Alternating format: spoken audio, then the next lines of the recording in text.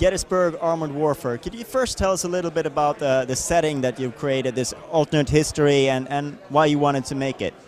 Right. The game is sort of set in the 1860s, but with a little twist. This guy goes back in time with futuristic technology from the year 2060 to try to change the outcome of the Civil War, so that the South wins. I think this setting will sort of provide a pretty interesting mishmash of futuristic technology and this old Victorian-era American Civil War technology. So can you give any examples of the modern technology that will be introduced? Right. There's going to be tanks, I guess, would probably be the biggest change in there. So they obviously didn't exist back in the first Civil War, so that alone is probably going to mix things up a lot. But we're also going to have air units in the game, so almost like a steampunk type angle with like zeppelins, like bristling with cannons, this type of thing. It's not just the Confederates that get these, or you also get on the north side of things, or? Right. Both the North and the South will have access to this future technology.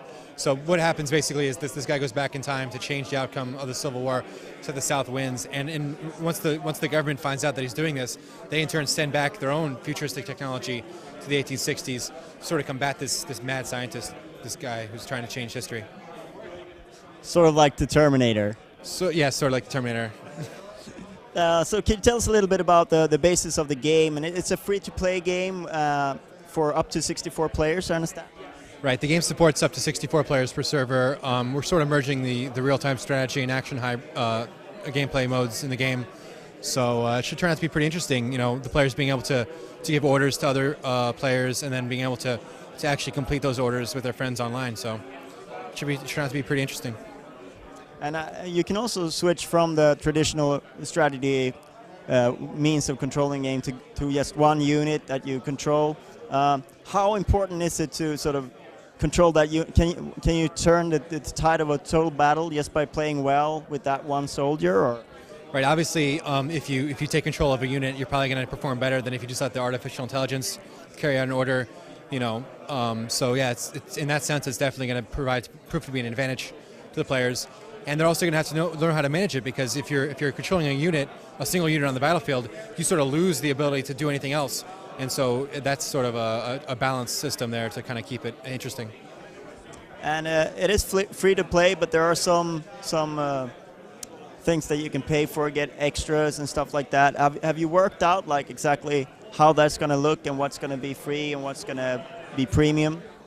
Right. Yeah. A lot of the stuff is going to be a lot of the stuff that's available to the players is going to be lower level stuff, more like standard Civil War units, and the players will have the ability to use the in-game microtransaction system to sort of purchase these upgraded units. Machine guns, tanks, all these things that didn't exist back in the Civil War.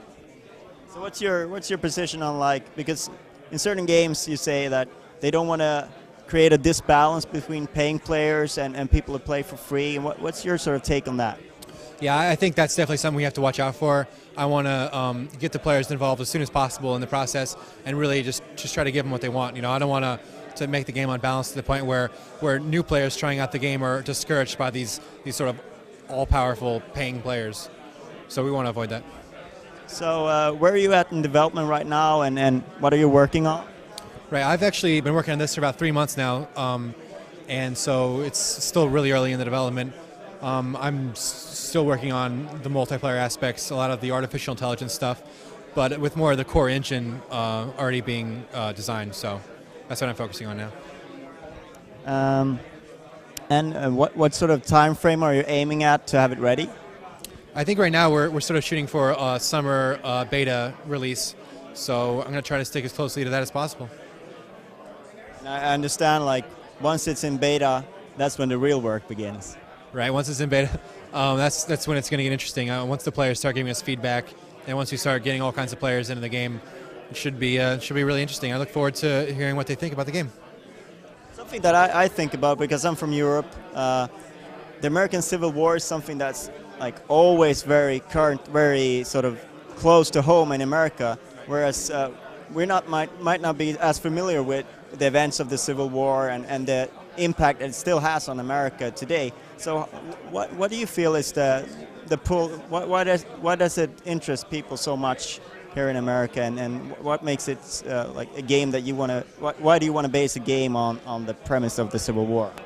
I think I think that it's the most significant loss of life for America. So obviously it's a huge deal to Americans.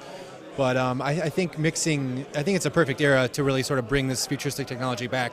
You know, we could have picked World War II, or we could have picked, you know, one of these eras that's just really played out. But I think the Civil War era is still pretty ripe. The mid 1800s is still pretty ripe for some games. So we're looking to sort of be a little unique with this one. All right. Thank you very much for your time. Thank you.